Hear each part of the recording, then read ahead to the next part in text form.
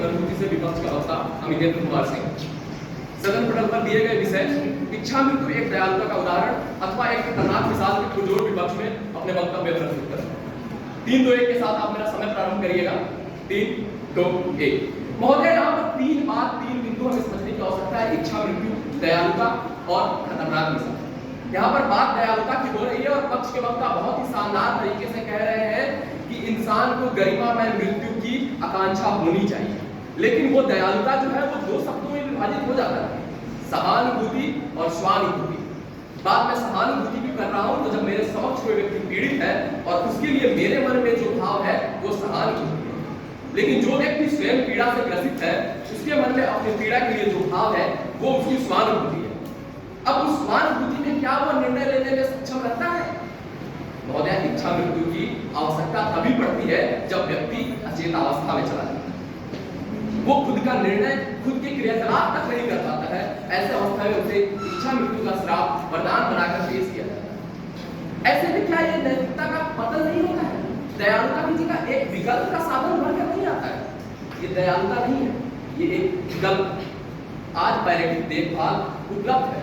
बहुत ही चमत्कारिक खोज है ये विज्ञान की, जिसमें रोग को, कष्ट की पीड़ा जो है उसको कम कर दिया जाता है दवाओं के प्रभाव से। ऐसे में व्यक्ति कम पीड़ा के साथ जीवित रह सकता है, उसकी पीड़ा तो समाप्त हो सकती है, लेकिन जो अपने उसकी मृत्यु की कामना कर रहे हैं वो उसको मानसिक रूप से कमजोर बना देती है और संघर्ष करने की क्षमता का ह्रास होता है। इसके लिए खतरनाक मिसाल बनकर होता है। जहां ये मनोबल बढ़ाने का कार्य समाज में होना चाहिए, वहां पर इच्छा मृत्यु को खतरनाक मिसाल के रूप में प्रस्तुत किया जाता है। आज हम ये भी देखते हैं कि जब भी कोई रोग होता है, जब भी कोई पीड़ा होती है, वैसे में विज्ञान कहता है कि हम उसके जीवन को बचा तो नहीं सकते, मृत्यु पर विजय विज्ञान पा तो नहीं सकता है, ना कि इंसान पा सकता है, लेकिन इसी मृत्यु को, इसी जीवन को समाप्त करने का अधिकार के लिए विज्ञान अपने आप को हावी मानता है और कहता है हमें कम कष्ट में आपको मृत्यु की तरफ पहुंचा दें। मैं पूछना चाहता हूं कि क्या विज्ञान, क्या इंसान, क्या मानव द्वारा सृजित कोई भी व्यवस्था मृत्यु पर विजय पा सकती है? नहीं। तो ऐसे में संघर्ष कम कर मानव की मनोविज्ञान को, मनोबल को कमजोर क्यों किया जाता है? यह एक प्रकार का खतरनाक मिसाल होता है।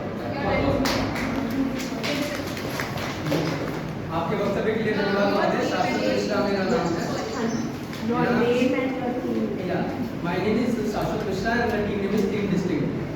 ठीक है, मेरा प्रश्न महोदय आपसे ये है कि आप कहते हैं कि आप इनके लिए हतोत्साह न हो जाए, परंतु उस परिस्थिति में जहाँ पे किसी भी प्रकार का लीगल एक तरीके से प्रोक्योरमेंट उस पेशेंट के लिए नहीं है और एक दिन उसके लिए मौत से भी बढ़कर है, उस सिचुएशन में अगर उसका भी कंसेंट है और डॉक्टर द्वारा भी एक तरीके से लीगल एडवाइस है कि इसको यूथनेसिया दे देनी चाहिए, तो आप क्यों ये सामाजिक नैतिकता उसको थोपना चाहते हैं कि इच्छा मृत्यु एक तरीके से खतरनाक विकल्प है, जबकि उसके लिए तो सही है?